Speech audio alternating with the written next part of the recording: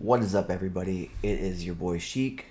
Today, I'm going to go over ThinkorSwim for all you members and everybody on YouTube watching. I'm going to break down a lot of this information and how to use it, how to set it up, and all that good stuff.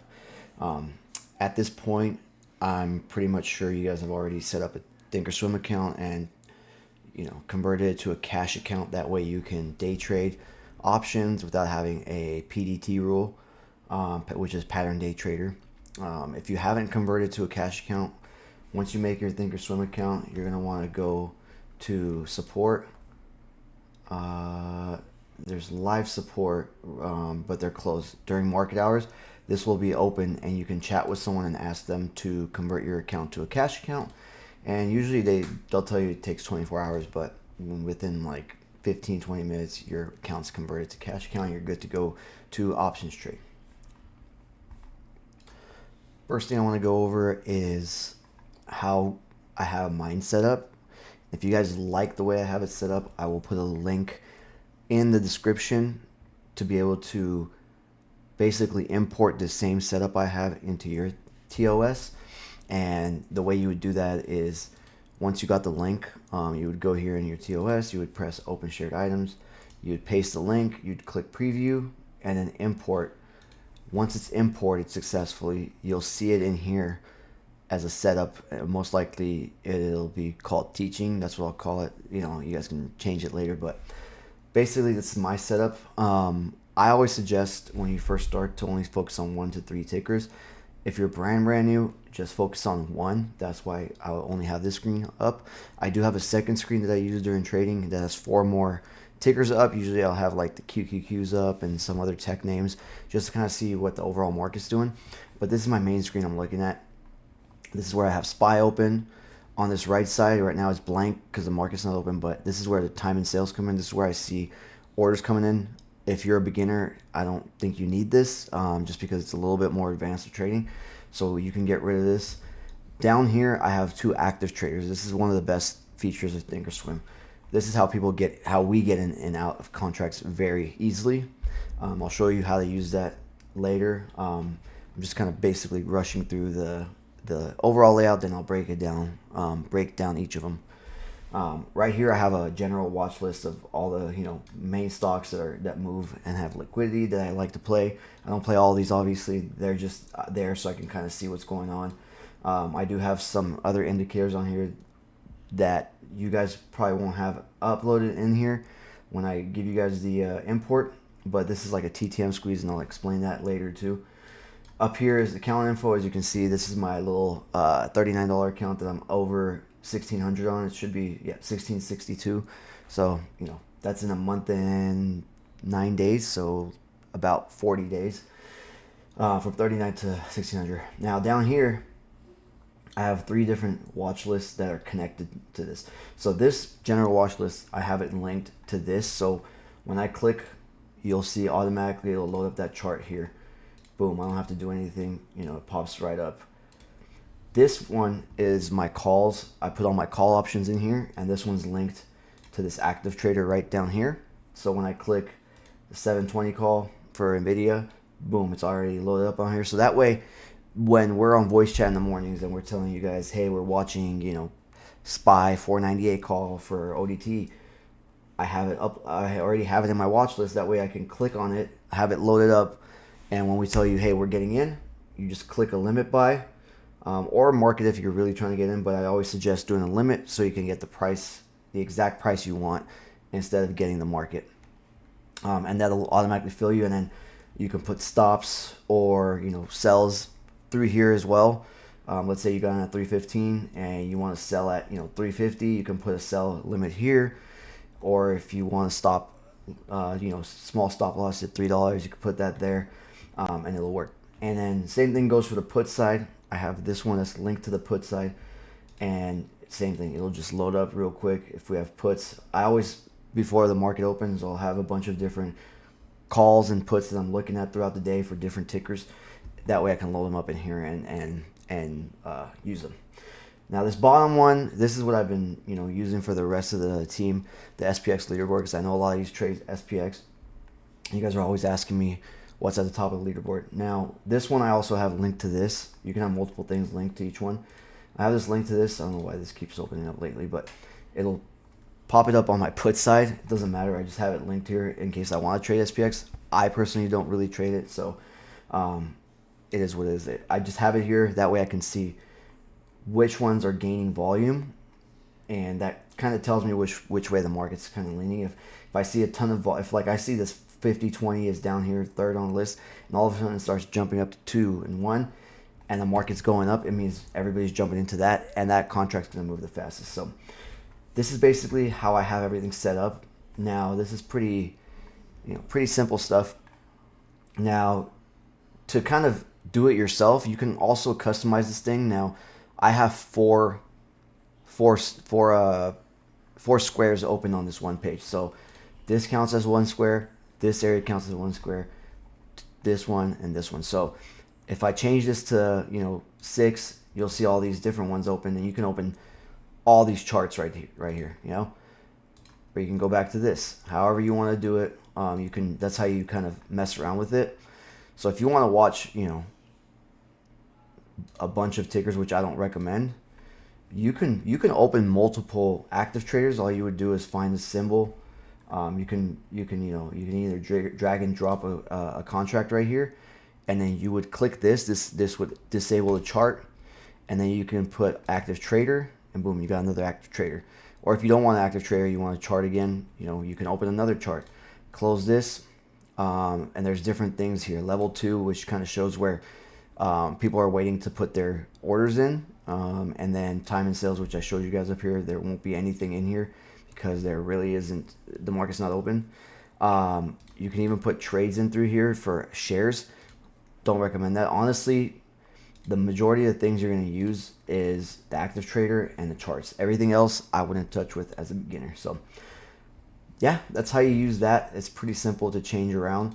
But like I said, you don't really need this active trader. So you can, realistically, you can, size this down and then open up another chart here. Maybe you want to watch SPX and SPY at the same time. Just make sure these are unlinked, because what will happen is this will link these charts together, and then you're gonna be anything you click here, it's gonna open on both of them. So SPX, SPY, you can watch both at the same time and then have your active trader here. So that's basically the gist of how to set this up. But I will, like I said, include a link in the bio, in the description, sorry, and you can basically load up my entire setup on your end. When you do import it, it's actually going to import a second screen, which is this one, where I have 2 extra charts. You can just close it out and then save your your setup under a new name. But if you have multiple screens, you can use my setup however you want to do it. It's really up to you. Another thing I like on here, so I'm going to switch to one chart just so I can kind of show you guys some cool features of TOS. One of the best things on here is on demand. This feature lets you go back to a different day, and basically what this does is you can replay it. You can change the time frame right here. Let's just go to 2024 June or January 3rd. This is the day I actually started my 39-day account. This is the first day I took the trade, and I'm going to make another video and break down exactly what trades I took and why I took them. That's going to be a separate video. This is just to go over ThinkorSwim and what I use. But yeah, you can scroll back and kind of look at what your, where your entries were, where your exits were, where you messed up, where you probably should have gotten in, where you probably should have exited, where your stop losses could have been. It's basically journaling and back testing your strategy. So if your strategy is like, hey, I always want to jump in, when we reject a certain level, or, pre-market high, pre-market low, you can kind of see how price reacts on SPY when it hits those levels, and where you should be getting in and where you should put your stop losses. So this is one of the greatest features I like, is this on-demand feature. Now that we've covered on-demand, the other things I want to cover is going to be the how to use the tools on here and which tools are the best, and then the indicators I use. and what Dan uses as well. The tools are down here. This is the fastest way to get to them. Obviously, if you have the arrow selected, you're zooming in and out of things. You can move it around. You can slide back and forth. You know, if you click it here, you can drag this up and down. You can do the same thing with the volume. But the other tools you're going to use, price levels. If you click this, you're going to have a little pencil or a pen. And let's say, you know, today's high, I want to mark it out. If I double click this, boom, it just marks the level out right there with the price put there, so I can know, okay, this is a major level because we rejected hard off it or whatever, and it's going to save in there. And then obviously you can delete it by just clicking on it and then delete. The other tool, trendline tool. So I know a lot of people like using trendline breaks, so you can probably, you know, draw a trend line out. I don't really like that one, but let's just say this one.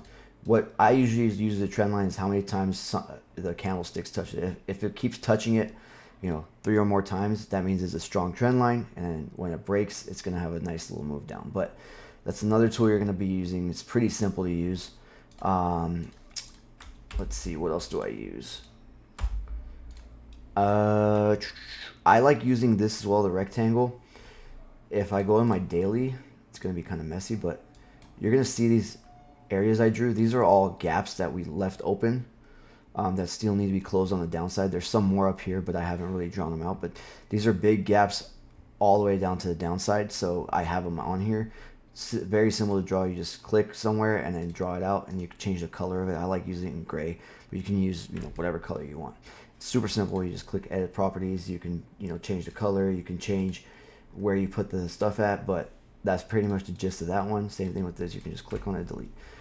The other thing I use a lot is the Fibonacci tool.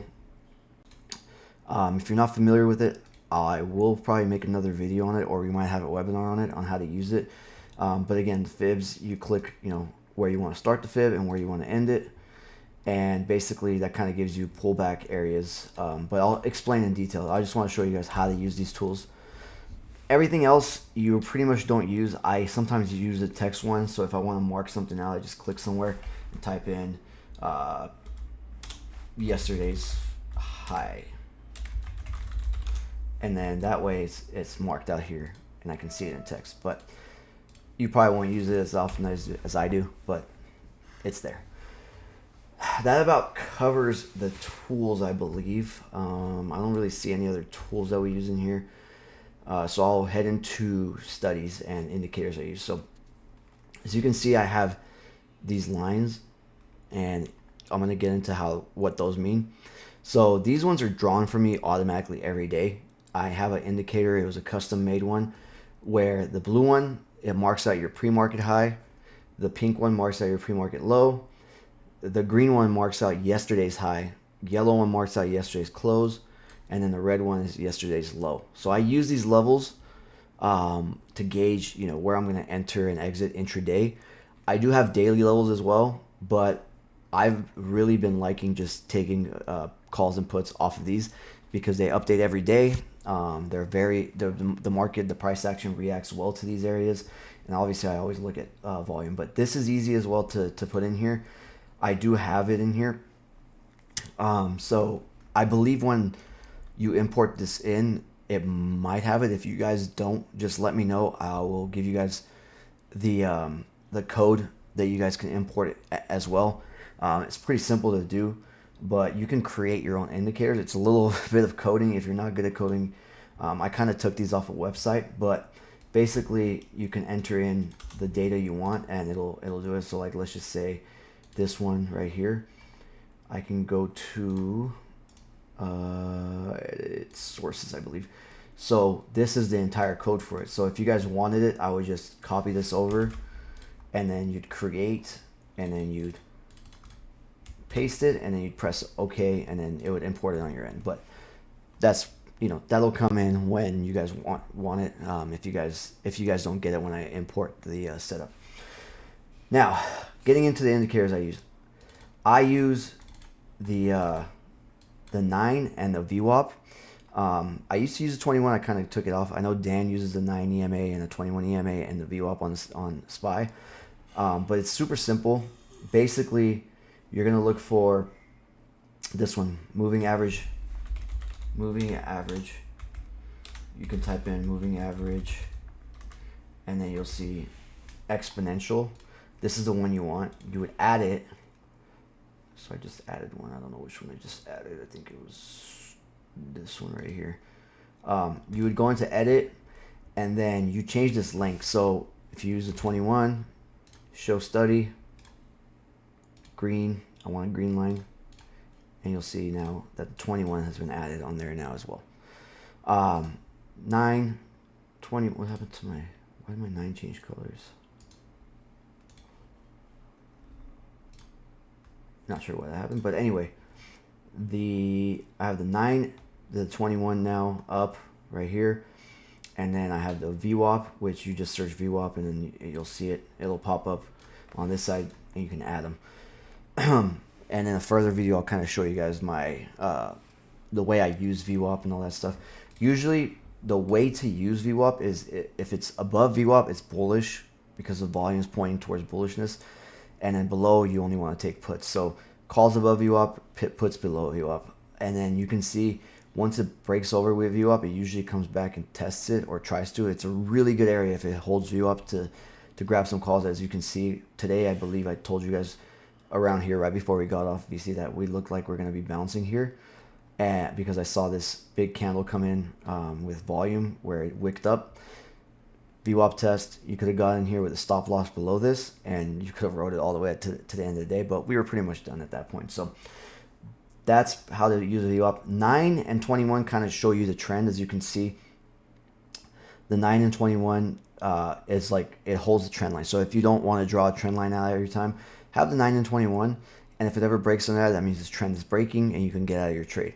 But yeah, it's a really good indicator. Usually what Dan uses when he says golden cross, he means it right here. So as you can see, right about here on the 5 minute, the 9 crossed over the 21, meaning that it's a golden cross. It's meaning that the trend is changing to bullish. And if you would have taken calls there, right on this cross, you would have got 1, 2 tests and then a skyrocket up. It would have been a really good entry and a stop loss below that. But yeah, that's what he means by golden cross. And then when he says death cross, he means the 9 crossed below the 21 and we're heading towards bearish territory. That's on the intraday. So on the daily, let me clear all these studies out so you guys can see. Okay, so on the daily, what we like to use is, instead of the exponential, I'm going to turn these off. 200, sorry, where's the 21? Okay, where's VWAP? Turn the VWAP off as well. Okay, now moving average weighted, these are on higher time frames, so you want to use a bigger trend. So what these numbers mean basically, 259, 21, that's just the last few candlesticks. So if you do 9, it takes the average, I believe, of the last 9 candlesticks and it gives you a trend. So on the intraday, it's the last 9 5-minute candles if you're using a 5-minute chart. On a daily, if you put a 9 EMA, it's going to be the last 9 daily ones. So it's cool to see the trend on there, but if you can clearly see a trend on the daily, so you don't really need those. The 50 and the 200 weighted, this takes over, a long period of time, obviously 50 candles and then 200, so it's 200 days and 50 days, but it weighs it off based on volume. So it's not just going off of, what price the candles were. It also takes into account volume so that like, okay, if it was a low volume day, that's going to bring down that average. If it's a high volume day, it's going to bring up the average. So it tries to weigh it out so that it's equal. That's the best way I think I could explain it. But as you can see, I turned it on. What do I have? What else do I have turned on? 9. Okay, let me turn this 9 off as well. Wait. Where the heck? Oh, right here. Apply. Okay, so now I have the 50 and the 200. So as you can see, we had a golden cross on the day, right around here. If you would have entered right here, right off the crossover, boom, you get a very, very nice run up. So what usually they say in the trading game is that the 50 and the 200 is usually where institutions buy at, because these are long-term trend levels. So if it's above the 50, it's short-term, bullish. If it's above the 50 and the 200, it's long-term bullish. If it's below the 50, above the 200, it's only short-term bearish. If it's below both of them, then it's long-term bearish. So like as you can see, it got below here slightly, but it never really fully, you know, grasped it. This was just a, I mean, it did actually. It was like a whole, what, 2 months, a month of just bearishness. So once it got below that, we got really low, and then once we got back over both of them, long-term run up. Let's see if I can kind of show you guys a better example. Again, right here, we're below both of them. You can see we're in bearish territory. We tried to break back above, we couldn't. You always want to wait for the crossover if you're going to be taking long-term plays. But this is what Dan means when he says on the daily, you know, there's a golden cross or a death cross. He just means the 50 crossed over to 200 or it crossed below. So that about covers that as well. The last two indicators I want to show you guys is the volume and the Stoch RSI. You don't really need this one. I kind of have it just to kind of see where we're at in overbought or underbought conditions. I actually have to change the settings on this though, because they're a bit wrong. So Stoch RSI, you want it between 30 and 70.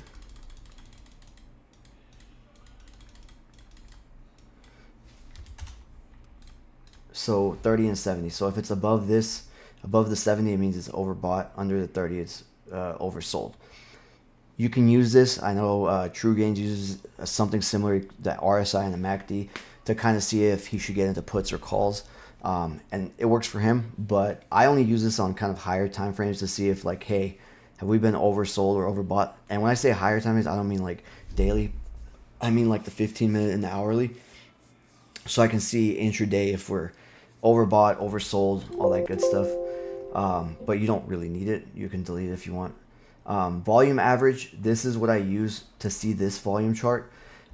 There is another volume indicator on here that you can use. It's just basic volume. Where is it at?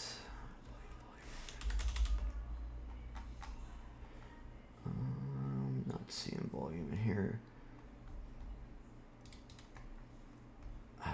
For some reason I can't find this volume right now, but if you want this one, like I said, it's called volume average. And the way I use it on the 5-minute is just basically seeing where the volume's coming in. Obviously, the red and green can throw you off. Like right here, it's showing that there is a bigger volume in red, but that's not necessarily true, because this volume didn't start coming in until we bottomed, and then buyers came in and pushed it up. So I always look for candle and volume in connection to see where the trend's going to go.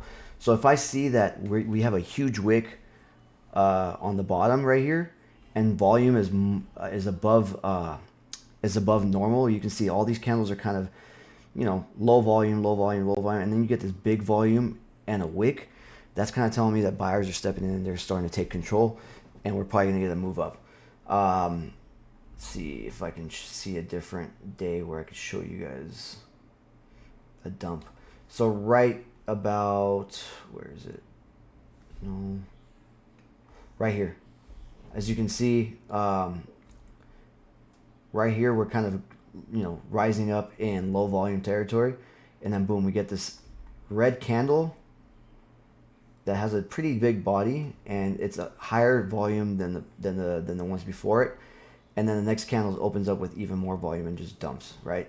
And then obviously buyers step in on these next two candles and start, you know, pushing it up. As you can see, the volume start picking up again on the call side, then, you know, sell side, all that good stuff. But that's kind of how I use levels and volume to coincide. So like, let's just say right about here, this is yesterday's high. I'm sorry, yesterday's high. Yes, the volume is not that high, or is it? Volume's not that high, but we get a wick, which is telling me buyers are kind of stepping in, but there's no volume yet. I wouldn't have jumped in right here. Once this candle shows me that there's volume coming in, pushes this up, and then we get the 7 o'clock news candle, which I don't play. You know, if it's 7 o'clock and there's news, this candle's not going to tell me anything, because it's going to be high volume because it's usually news, or 7 o'clock is the open of a new hourly candle.